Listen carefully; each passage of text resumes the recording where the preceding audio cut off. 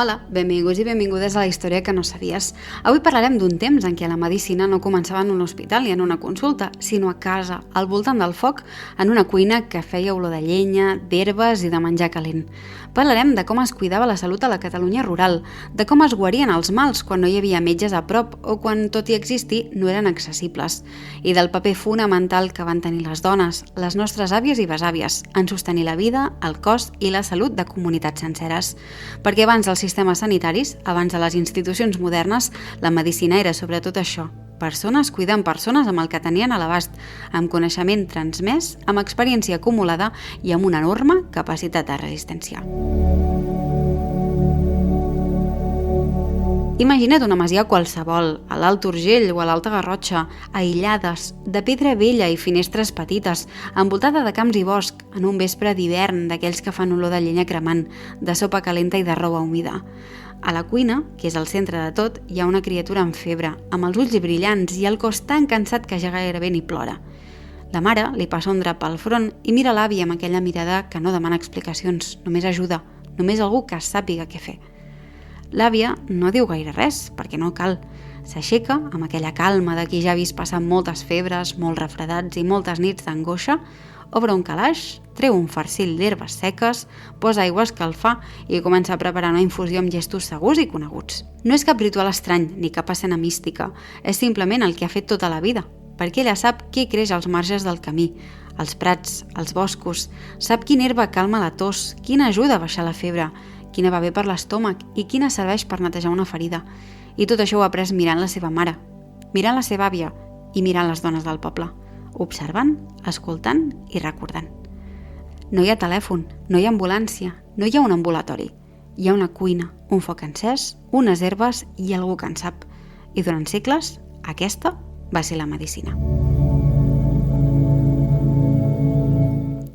A la Catalunya rural, la salut no començava a l'hospital. Començava a casa, a la cuina, a l'hort, als marges del camí, a la memòria de les dones grans, que sense dir-se metgesses ho eren, de fet, perquè no tenien títols, però tenien experiència i sabien què fer quan una criatura tenia febre, quan algú s'havia tallat amb la falç, quan la panxa feia dies que feia mal o quan la tos no deixava dormir. Feien servir el que donava la terra, la farigola, la camamilla, la malva, el romaní, el saüc, i amb aquestes herbes preparaven infusions, cataplasmes, ungüents i olis, no per tradició bonica ni per folklore, sinó perquè no hi havia alternativa, perquè emmalaltir abans era realment perillós, perquè una infecció, una ferida mal curada o una pneumònia a l'hivern et podia complicar, i molt, la vida. Quan algú es posava malalt, el primer que es feia era cuidar-lo a casa, tapar-lo bé, fer-li beure alguna cosa calenta, posar-li draps humits, untar-li el pit amb ungüents i esperar, perquè la medicina, durant molt de temps, no era qüestió de tecnologia ni de ciència, sinó una qüestió de resistència, de veure si el cos aguantava. I en aquesta resistència les dones hi tenien un paper central, perquè eren elles les que passaven més hores amb els cossos malalts, les que vetllaven les criatures, les que acompanyaven els avis, les que sabien reconèixer quan una febre era normal i quan començava a ser perillosa.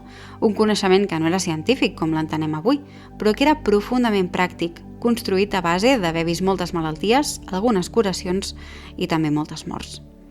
Per això, la medicina de casa no només era curar, també era acompanyar, sostenir, fer costat, aguantar la por i, de vegades, aguantar també el dol. Ara bé, tot això no vol dir que no hi hagués metges abans. N'hi havia des de l'edat mitjana.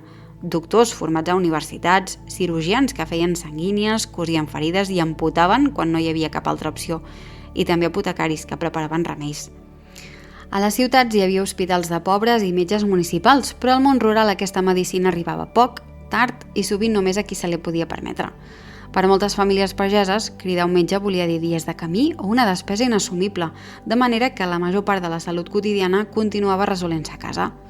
Durant segles, la medicina acadèmica i la medicina popular van conviure sense problema, perquè ningú veia una contradicció entre fer una infusió, posar un ungüent o guardar repòs, i alhora buscar un cirurgià quan hi havia una fractura greu o una ferida profunda. La gent feia servir el que tenia més a prop, i això gairebé sempre començava per la cuina i per les dones de la casa. Un dels àmbits on això es veu més clar és el dels parts. Durant moltíssim temps, parir va ser un afer exclusivament femení, gestionat per llevadores que coneixien el cos, els temps i els riscos del part perquè n'havien vist molts, perquè havien après a base d'experiència i transmissió oral. Els parts es feien a casa, envoltats de dones, amb remeis, posicions i cures pensades per ajudar la mare i la criatura a tirar endavant. No era un procés idealitzat ni segur, la mortalitat era molt alta, però el saber estava a les mans de les dones. Amb el temps, sobretot a partir de l'edat moderna i encara més al segle XIX, el part es va començar a medicalitzar, a instrumentalitzar, a passar progressivament a mans de metges homes, que introduïen nous coneixements, però també desplaçaven les llevadores, sovint desacreditant-les i convertint-les en un saber ancestral, en una pràctica considerada inferior o perillosa. És un exemple molt clar de com el coneixement femení sobre el cos va ser primer imprescindible i després arraconat. Tot i això, aquest saber no es va perdre. Va continuar passant de mare a filla, d'àvia a neta, de veïna a veïna, perquè quan tens una criatura en febre a casa o una dona de part, la por pesa més que els discursos i el que importa és tenir algú que sàpiga què fer. Amb els anys, aquest coneixement es va convertir en una memòria col·lectiva, un saber compartit que formava part de la vida quotidiana dels pobles i les masies, on tothom sabia quina herba anava bé per què, on tothom tenia algun remei guardat i aquella recepta de a casa sempre s'havia fet així. I mentre aquesta medicina de casa continuava viva, hi havia dones que van portar aquest saber encara més lluny, literalment camí enllà. A les valls del Pirineu, especialment a la Vall de l'Avança i a Tuixén, van aparèixer les trementinaires, dones que sortien de casa amb sacs a l'esquena plens d'herba, resines, olis i ungüents i caminaven durant setmanes o mesos de poble en poble, de mas en mas, portant remeis i alleujament allà on la medicina acadèmica arribava poc o gens. Les trementinaires no substituïen els metges, ni pretenien fer-ho, omplien un buit. Portaven allò que sabien fer, allò que havien après a la cuina, als marges del camí, observant la natura i els cossos. Quan arribaven a una casa, no només venien una herba o un ungüent, sinó que escoltaven, aconsellaven i oferien aquella sensació tan humana que algú s'ha preocupat per tu. Els remeis que portaven eren els de sempre, trementina pels dolors musculars, herbes per la tos, per la febre, per les ferides, ungüents d'olor forta que no curaven miracles però feien respirar millor i calmaven, que ja era molt. Les trementinaires eren en el fons el saber de les àvies fet camí, un coneixement transmès de dona a dona durant segles, posat en moviment per sostenir la salut d'un país dispers i rural. I és en aquest mateix fil de continuïtat que s'ha d'entendre la figura del metge rural, que a partir del segle XIX i sobretot al segle XX comença a tenir una presència més regular als pobles petits i a les zones aïllades. No apareix del no-res, arriba a un territori que ja fa segles que es cuida com pot i entra com una peça més d'aquest entramat. El metge rural no era el senyor amb bata blanca d'una consulta moderna.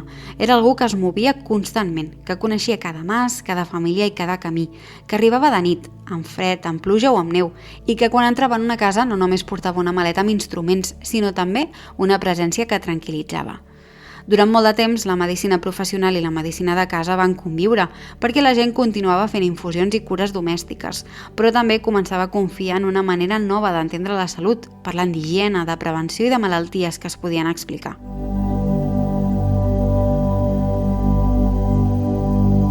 Si tornem a aquella cuina del principi, podem imaginar ara també el soroll d'una moto arribant al portal, el metge entrant amb la seva maleta, mirant la criatura, parlant amb calma, mentre l'àvia continua preparant la infusió. Potser la infusió no cura, potser el metge no ho pot solucionar tot, però entre una cosa i l'altra la gent se sent una mica més segura. Avui tenim hospitals, tenim antibiòtics i professionals formats i això és un privilegi immens, però també vivim en un moment en què falten metges rurals als pobles petits i a les zones de muntanya i això ens hauria de fer pensar, perquè quan desapareix aquesta figura no només es perd un servei, es perd també una presència, un vincle, una manera de cuidar arrelada al territori.